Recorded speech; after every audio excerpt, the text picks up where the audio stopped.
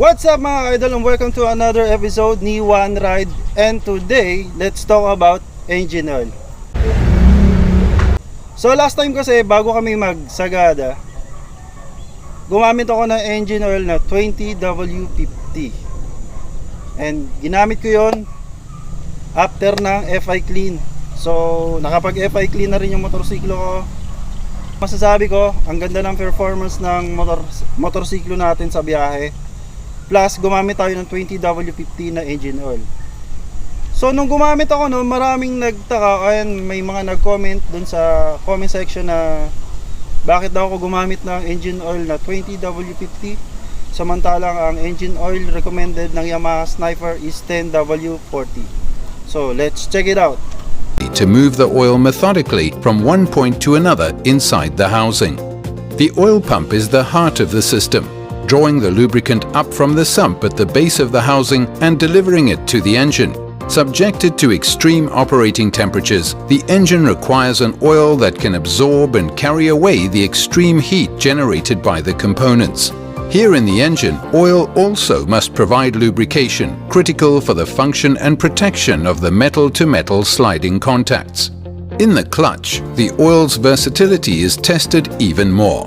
While cooling remains a key function to prevent overheating, the lubricant must also allow for the right amount of friction between the plates and discs for the mechanism to function properly when engaged.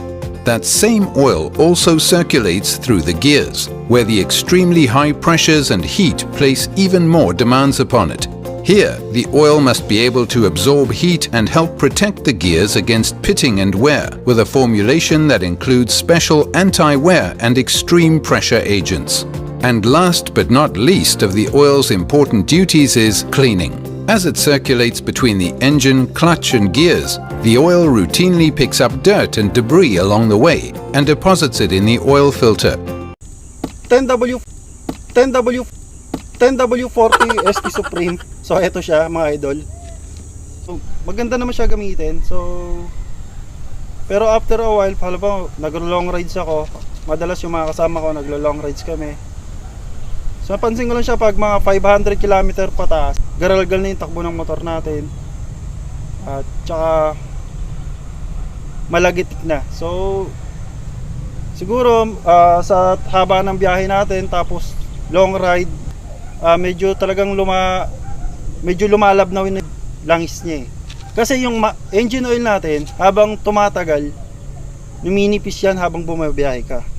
So kasi yung viscosity na ito is 10W40 lang, or disregard na natin yung 10W kasi wala namang winter sa Pilipinas mga idol.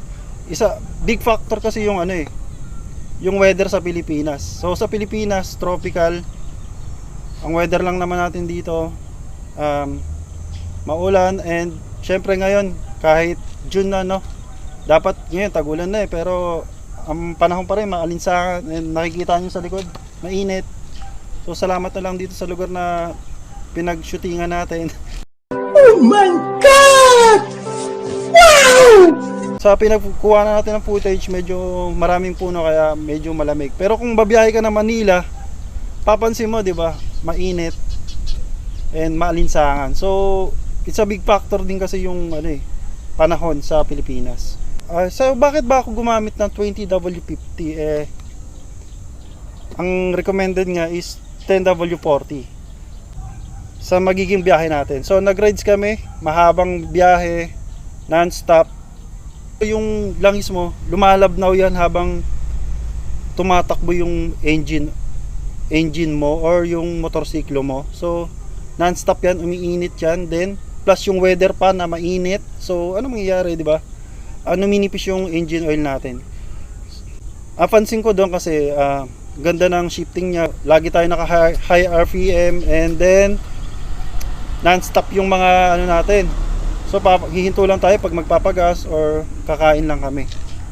So napansin ko talaga na ang ganda ng gear shifting niya regarding dito sa sa 10W40. Meron pa akong mga 10W40 dito pero nasubukan ko na rin naman sila. Pagdating talaga sa long rides, most recommended yung 20W50.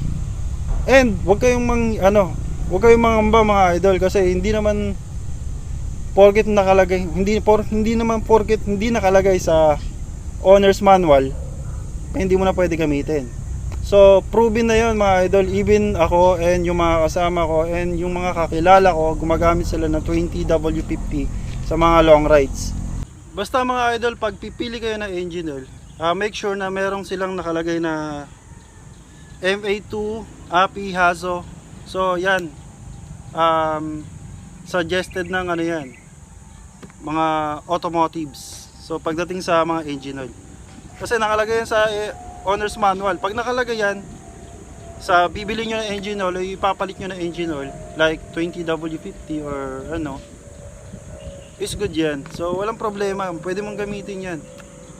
And yung sinasabi ng iba na hard starting sa umaga sa malamig na panahon. So idol, mga master, nandito tayo sa Pilipinas. Wala tayong weather na nagyayelo dito. So ang weather lang talaga natin dito is nag-ulan and summer. So pwede nyo gamitin nyo, walang hard starting sa umpisa.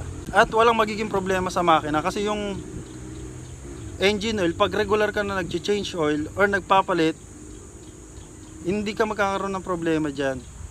Kasi ang nagkakaroon lang ng problema yung pinababayaan mo yung makina mo, hindi mo nilulubricant, doon tayo magkakaroon ng problema. Ang most common na nangyayari dyan, natutuyuan. So kung regular ka nagpapalit ng engine oil, is walang magiging problema. Ayan mga idol, hopefully may natutunan naman kayo ng konting kalaman dito kay One Ride. At kung may mga comment, suggestion kayo, scroll down, nasa baba yung comment box. And shoutout nga pala dun sa 2,000 subscribers ko, no? And salamat sa inyo mga idol. And supportahan din nga pala natin yung bagong motovlogger na si Joke on 2 Wheels. So malapit na yung collaboration motovlog namin. So sana supportahan nyo kami. This is not the drill guys. Ride safe. Bye bye. Tell me like a Hellcat.